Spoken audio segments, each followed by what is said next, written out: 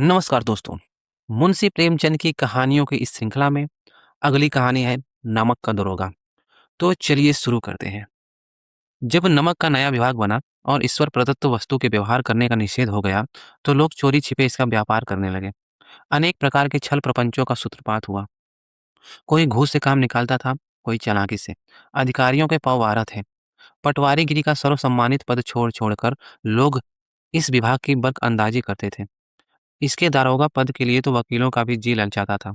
यह वह समय था जब अंग्रेजी शिक्षा और ईसाई मत को लोग एक ही वस्तु समझते थे। फारसी का प्राबल्य था।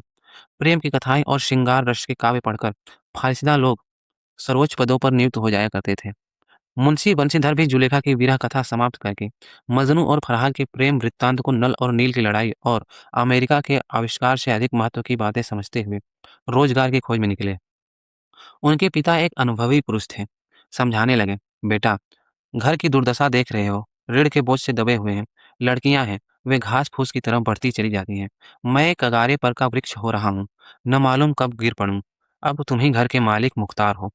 नौकरी में ओहदे की ओर ध्यान मत देना। यह तो पीर का मजार है। निगाह चढ़ावे और चादर पर रखनी चाहिए। ऐसा काम ढूंढना जहाँ कुछ ऊपरी आय हो। मासिक वेतन तो पूर्णमासी का चाँद है जो एक दिन दिखाई देता है और घटते घटते लुप्त हो जाता है। ऊपरी आय बहता हुआ स्रोत है, जिससे सदैव प्यास बुझती है। वेतन मनुष्य देता है, इसी से उसमें वृद्धि नहीं होती। ऊपरी आमदनी ईश्वर देता है, इसी से उसकी बरकत होती है। तुम स्वयं विद्वान हो, तुम्हें क्या समझाऊं? इस विषय में विवेकी की बड़ी आवश्यकता है। मनुष्य को देखो, उसकी आवश्यकता को देखो और अवसर को देखो। उसके उपरांत जो उचित समझो करो। गरज वाले आदमी के साथ कठोरता करने में लाभ ही लाभ है, लेकिन बेगरज को दांव पर पाना जरा कठिन है। इन बातों को निगाह में बांध लो, यह मेरी जन्म भर की कमाई है। इस उपदेश के बाद पिताजी ने आशीर्वाद दिया। वंशीधर आज्ञाकारी पुत्र थे।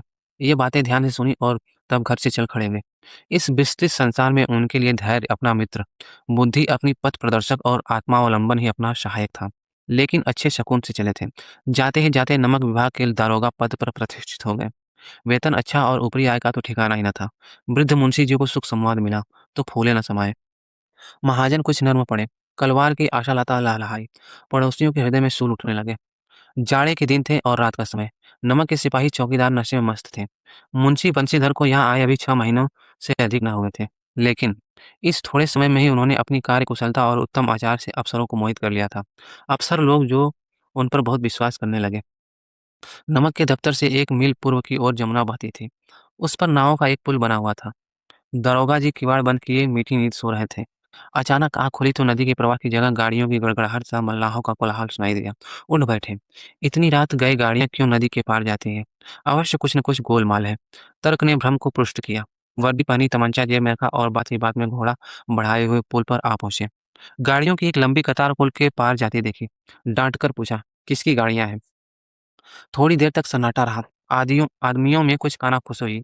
तब आगे वाले ने कहा, पंडित आरोपी दीन की। कौन पंडित आरोपीदीन? दातागंज के। मुंशी बंशीधर चौंके। पंडित आरोपीदीन इस इलाके के सबसे प्रतिष्ठित जमींदार थे। लाखों रुपए का लेन देन करते थे। इधर छोटे से बड़े कौन ऐसे थे जो उनके ऋणी न हो। व्यापार भी बड़ा लंबा चौड़ा था। बड़े चलते पुर्जे आदमी थे। अंग्रेज अफसर इनके इलाके में शिकार खेलने आते और उनके मेहमान होते। बारहों मास सदा व्रत चलता था। मुंशी ने पूछा, गाड़ियां कहाँ जाएंगी? उत्तर मिला, कानपुर। लेकिन इस प्रश्न पर कि इनमें क्या है, सन्नाटा छा गया। दरोगा साहब का संदेह और भी बढ़ा। कुछ देर तक उत्तर की बाट देखकर वह जोर से बोले, क्या तुम सब गूंगे हो गए हो? हम पूछते हैं इनमें क्या लदा है? जब इस बार भी कोई उत्तर न मिला तो उन्होंने घोड़े को एक गाड़ी से मिलाकर बोरे को टटोला। भ्रम दूर हो गया। यह नमक के ढेले थे। पंडित आलोपी दिन अपने सजीले रथ पर सवार कुछ सोते कुछ जागते चले आते थे। अचानक कई गाड़ी वालों ने घबराए हुए आकर जगाया और बोले, महाराज, दरोगा ने गाड़ियां रोक दी है और घाट पर खड़े आपको बुलाते हैं। पंडित आलोपी दिन का लक्ष्मी जी पर अखंड विश्वास था। वह कहा करते थे कि संसार का तो कहना ही क्या है, स्वर्ग में भी लक्ष्मी जी का ही राज्य है। उनका यह कहना यथार्थ ही था। न्याय और नीति सब लक्ष्मी के ही खिलौने हैं। इन्हें वह जैसे चाहती हैं नचाती हैं। लेटे ही लेटे गर्व से बोले, चलो हम आते हैं। यह कहकर पंडित जी ने बड़ी निश्चिंतता से पान के बीड़े उठाकर खाए। फिर लिहाफ ओढ़े हुए दरोगा के पास आकर बोले, बाबूजी आशीर्वाद। कहिए हमसे कौन-सा अपराध हुआ है कि गाड़ियाँ रोक दी गईं? हम ब्राह्मणों पर तो आपकी कृपा दृष्टि रहनी चाहिए। बंशीधर रुखाई से बोले, सरकारी हुक्म। पंडित अलौपीदीन ने हंसकर कहा, हम सरकारी हुक्म को नहीं जानते और न सरकार को। हमारी सरकार तो आप ही हैं। हमारा और आपका तो घर का मामला है। हम कभी आपसे बाहर हो सकते हैं? आपने व्यर्थ का कष्ट उठाया। यह हो नहीं सकता कि इधर से जाएँ और इस घाट के देवता को भेंट में चढ़ावें। मैं तो आपकी सेवा में स्वयं ही आ रहा था। वंशीधर पर ऐश्वर्य की मोहिनी वंशी का कुछ प्रभाव न पड़ा। ईमानदारी की नई उमंग थी। कड़क कर बोले, हम उन नमक हरामों में नहीं जो कौड़ियों पर अपना ईमान बेचते फिरते हैं। आप इस समय हिरासत में हैं। आपको कायदे के अनुसार चालान होगा। बस मुझे अधिक बातों की फुर्सत नहीं है। जमादार बदलू सिंह, तुम इन्हें हिरासत में ले चलो, मैं हुक्म देता हूँ। पंडित अलौकिदीन स्तंभित हो गए। गाड़ी वालों में हलचल मच गई। पंडित जी के जीवन में कदाचित यह पहला ही अवसर था कि पंडित जी को ऐसी कठोर बातें सुननी पड़ी। बदलू सिंह आगे बढ़ा, किंतु रोब के मारे यह साहस न हुआ कि उनका हाथ पकड़ सके। पंडित जी ने धर्म को धन का ऐसा निरादन करते कभी न देखा था। विचार किया कि अभी यह उद्दंड लड़का है, माया मोह के जाल में अभी नहीं पड़ा, अल्हड़ है, झिझकता है। बहुत दीन भाव से बोले, बाबू साहब ऐसा न कीजिए, हम मिट जाएंगे, इज्जत धूल में मिल जाएगी। हमारा अपमान करने से आपका हाथ हाथ क्या आएगा? हम किसी तरह आपसे बाहर थोड़े ही हैं। बंशीधर ने कठोर स्वर में कहा, हम ऐसी बातें नहीं सुनना चाहते। अलौकिक दिन ने जिस सहारे को चट्टान समझ रखा था, वह पैरों के नीचे खिसकता हुआ मालूम हुआ। स्वाभिमान और धन ऐश्वर्य की कड़ी चोट लगी, किंतु अभी तक धन की सांख्यिकी शक्ति पर पूरा भरोसा था। अपने मुख्तार से बोले, लाला जी 1000 के नोट बाबू साहब को भेंट करो। आप इस समय भूखे से हो रहे हैं। बंशीधर ने गर्म होकर कहा, 1000 नहीं, 1 लाख भी मुझे सच्चे मार्ग से नहीं हटा सकते। धर्म की इस बुद्धिहीन दृढ़ता और देव दुर्लभ त्याग पर मन बहुत झुंझलाया। अब दोनों शक्तियों में संग्राम होने लगा। धन ने उछल-उछल कर आक्रमण करने की शुरू किए। 1 से 5, 5 से 10, 10 से 15 और 15 से 20 हज़ार तक नौबत पहुंची। किंतु धर्म अलौकिक वीरता के साथ बहुसंख्यक सेना के सम्मुख अकेला पर्वत की भांति अटल और विचलित खड़ा था। अलौकिक निराश होकर बोले, अब इससे अधिक मेरा साहस नहीं। आगे आपको अधिकार है। बंशीधर ने अपने जमादार को ललकारा। बदलू सिंह मन में दरोगा जी को गालियां देते हुए पंडित अलौकिदीन की ओर बढ़ा। पंडित जी घबराकर 2-3 कदम पीछे हट गए। अत्यंत दीनता से बोले, बाबू साहब ईश्वर के लिए मुझ पर दया कीजिए। मैं 25,000 पर निपटारा करने को तैयार हूँ। असंभव बात है। 30,000 पर किसी तरह भी संभव नहीं। क्या 40,000 पर भी नहीं? 40,000 नहीं, 40 लाख पर भी असंभव नहीं। बदलू सिंह, इस आदमी को हिरासत में ले लो। अब मैं एक शब्द भी नहीं सुनना चाहता। धर्म ने धन को पैरों तले कुचल डाला। अलौकिदीन ने एक हृष्ट-पुष्ट मनुष्य को हथकड़ियाँ लिए हुए अपनी तरफ आते देखा। चारों ओर निराश और कातर दृष्टि से देखने लगे। इसके बाद मूर्छित होकर गिर पड़े। दुनिया सोती थी, पर दुनिया की जीभ जागती थी। सवेरे देखिए तो बालक-वृद्ध सबके मुँह से यही बात सुनाई देती थी। जिसे देखिए वही पंडित जी के इस व्यवहार पर टीका-टिप्पणी कर रहा था। निंदा की बौछारें हो रही थी, मानो संसार से पापी का पाप कट गया। पानी को दूध के नाम से बेचने वाला ग्वाला, कल्पित रोजनामचे भरने वाले अधिकारी वर्ग, रेल में बिना टिकट सफर करने वाले बाबू लोग, जाली दस्तावेज बनाने वाले सेठ और साहूकार, यह सब के सब देवताओं के भांति गर्दनें चला रहे थे। जब दूसरे दिन पंडित अलौकिदीन अभियुक्त होकर कांस्टेबलों के साथ हाथों में हथकड़ियां, हृदय में ग्लानि और क्षोभ भरे लज्जा से गर्दन झुकाए अदालत की तरफ चले, तो सारे शहर में हलचल मच गई। मेलों में कदाचित आंखें इतनी व्यग्र होती होंगी। भीड़ के मारे छत और दीवार में कोई भेद न रहा, किंतु अदालत में पहुंचने की देर थी। पंडित अलौकिदीन इस अगाध वन के सिंह थे। अधिकारी वर्ग उनके भक्त, अमले उनके सेवक, वकील मुख्तार उनके आज्ञापालक और अर्दली चपरासी तथा चौकीदार तो उनके बिना मोल के गुलाम थे। उन्हें देखते ही लोग चारों तरफ दौड़े। सभी लोग विस्मित हो रहे थे, इसलिए नहीं कि अलौकिदीन ने यह कर्म किया, बल्कि इसलिए कि वह कानून के पंजे में कैसे आए। ऐसा मनुष्य जिसके पास असाध्य साधन करने वाला धन और अनन्य वाचालता हो, वह क्यों कानून के पंजे में आए? प्रत्येक मनुष्य उससे सहानुभूति प्रकट करता था। बड़ी तत्परता से इस आक्रमण को रोकने के लिए नियमित वकीलों की एक सेना तैयार की गई। न्याय के मैदान में धर्म और धन में युद्ध ठन गया। वंशीधर चुपचाप खड़े थे। उनके पास सत्य के सिवा न कोई बल था, न स्पष्ट भाषण के अतिरिक्त कोई शस्त्र। गवाह थे, किंतु लोभ से डावाडोल। यहाँ तक कि मुंशी जी को न्याय भी अपनी ओर कुछ खींचा हुआ दिख पड़ता था। वह न्याय का दरबार था, परंतु उसके कर्मचारियों को पक्षपात का नशा छाया हुआ था। किंतु पक्षपात और न्याय का क्या मेल? जहाँ पक्षपात हो, वहाँ न्याय की कल्पना नहीं की जा सकती। मुकदमा शीघ्र ही समाप्त हो गया। डिप्टी मजिस्ट्रेट ने अपनी तजवीज़ में लिखा, पंडित अलौकिदीन के विरुद्ध दिए गए प्रमाण निर्मूल और भ्रमात्मक हैं। वह एक बड़े भारी आदमी हैं। यह बात कल्पना के बाहर कि उन्होंने थोड़े लाभ के लिए ऐसा दुस्साहस किया हो। यद्यपि नमक के दरोगा मुंशी बंशीधर का अधिक दोष नहीं है, लेकिन यह बड़े खेद की बात है कि उसकी उद्दंडता और विचारहीनता के कारण एक भले मानुस को कष्ट झेलना पड़ा। हम प्रसन्न हैं कि वह अपने काम में सजग और सचेत रहता है, किंतु नमक से मुकदमे की बढ़ी हुई नमक-हलाली ने उसके विवेक और बुद्धि को भ्रष्ट कर दिया।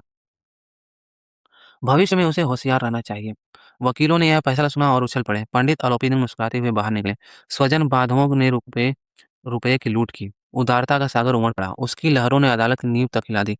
जब बंशीधर बाहर निकले तो चारों ओर उनके ऊपर व्यंग बाणों की वर्षा होने लगी। चपरासियों ने झुक-झुक कर सलाम किए, किंतु इस समय एक-एक कटु वाक्य, एक-एक संकेत उनकी गर्वाग्नि को प्रज्वलित कर रहा था। कदाचित इस मुकदमे में सफल होकर वह इस तरह करते हुए न चलते। आज उन्हें संसार का एक खेदजनक विचित्र अनुभव हुआ। न्याय और विद्वता, लंबी-चौड़ी उपाधियाँ, बड़ी-बड़ी दाढ़ियाँ, ढीले चोंगे, एक भी सच्चे आदर का पात्र नहीं है। बंशीधर ने धन से बैर मोल लिया था।